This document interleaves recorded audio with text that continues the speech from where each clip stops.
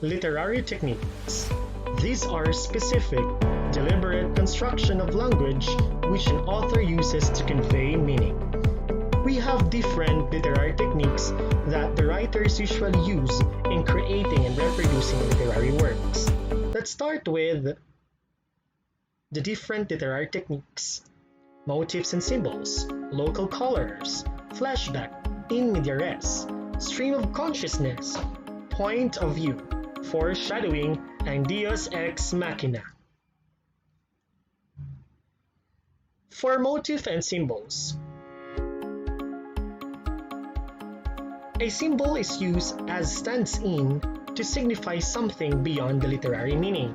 It means to say that the symbol allows people to go beyond what is known or seen by creating linkages between otherwise very different concepts and experiences, while the motif is a recurring element that appears multiple times throughout a work of literature.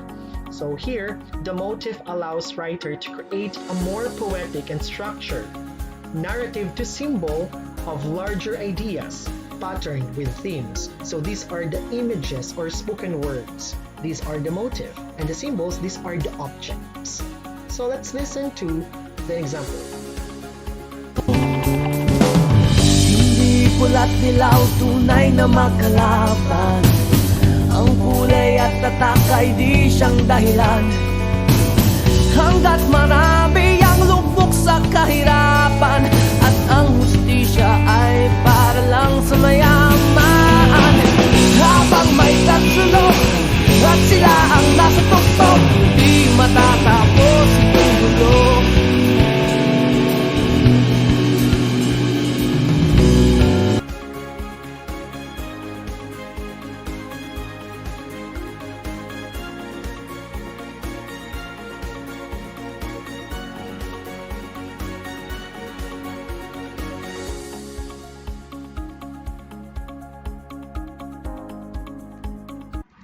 The next literary technique is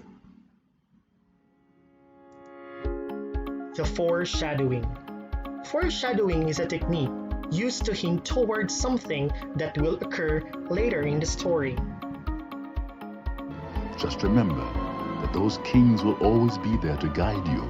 During the scene in which Mufasa and Simba gaze over the wonderful landscape, Mufasa tells Simba that the sun will eventually set on his reign and will rise with Simba's. A king's time as ruler rises and falls like the sun. One day, Simba, the sun will set on my time here and will rise with you as the new king. This initially seems like beautiful symbolic language, and it certainly is. Foreshadowing is very useful for creating a suspense, a feeling of unease, sense of curiosity, which mark that the things may not be as they seem. The next literary technique is the flashback. Flashback is a literary technique which is used to show readers something that happened before the time frame of the story.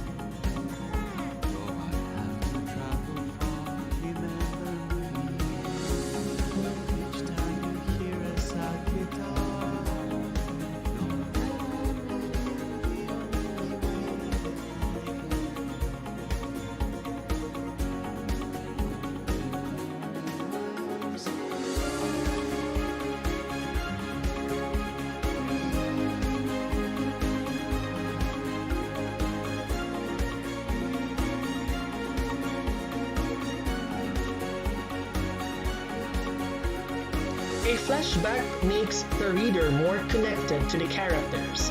It provides a deeper insight into a person who he really is. The next literary technique is the in media res. It is a technique that starts in the middle of the story. That wasn't so bad. That was penicillin. We are going to win this war because we have the best men. Now, Mr. Stark. Nay, personally, escort Adolf Hitler to the gates of hell.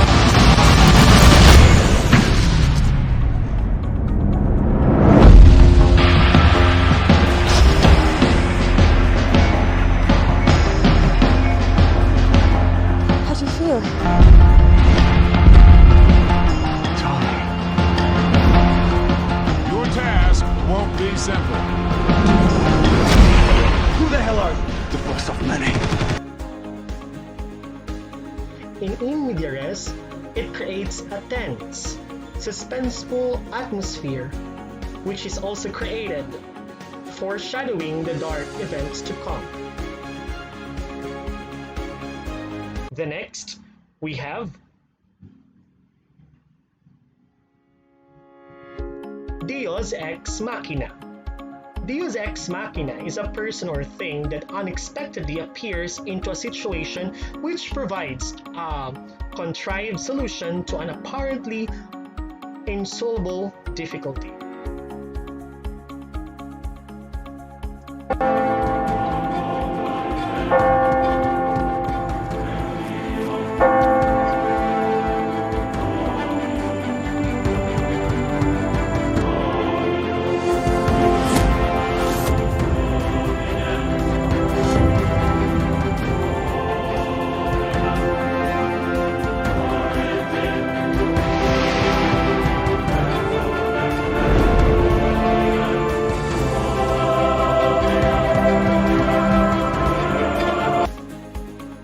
Deus ex machina is brought into the storyline to resolve situation and disentangle a plot, wherein it is also famous in terms of divine intervention or God using machine. The next literary technique is the local colors. When we say local colors, it is a technique which derived from presentation of features and peculiarities of a particular locality and its inhabitants. Pupunta tayong lahat sa Dumaguete. Sa ayaw at sa gusto ninyo.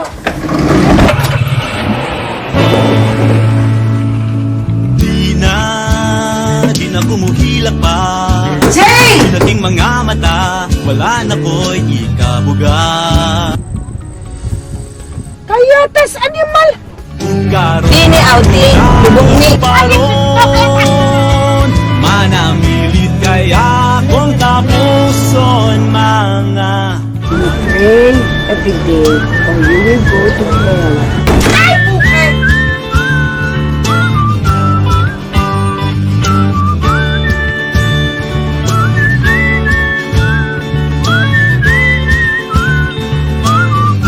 These local colors refer to customs and traditions which give a place of history its own particular character. The next is the stream of consciousness. The stream of consciousness is a technique attempts to depict the multitudinous thoughts of feelings which pass through the mind of a narrator. The writer used stream of consciousness not only to know what a character is thinking about, but actually replicate the experience of thinking, which allows the reader to enter the mind of the world and the character more fully. The last I want to talk about three things. First, I want to talk all about me. Then I'm going to talk about you, and then we're going to talk about them. David, what are you talking about? You're probably asking. Well, in a word, POV. In 3 words, point of view. Every story has a point of view. It's being told to us by someone, a narrator. But who is that narrator? Understanding the answer to that question in the stories that you read will make you a strong reader. In point of view, The writer's feeling and attitude toward his subject determines who tells the story. It identifies the narrator of the story. The form of narration also affects the story itself. So there are three classifications of point of view. The first person, which the writer uses the pronoun I. The speaker part of the story. It can be observed the characters but reveals things and reactions only of itself. The second one is a third person or the limited third person. The narrator is a character in the story. So that is called the third person or the limited third person point of view. The last one is the omniscient. The narrator sees all. He can see into the minds of characters and even records everyone's innermost thoughts. The omniscient point of views.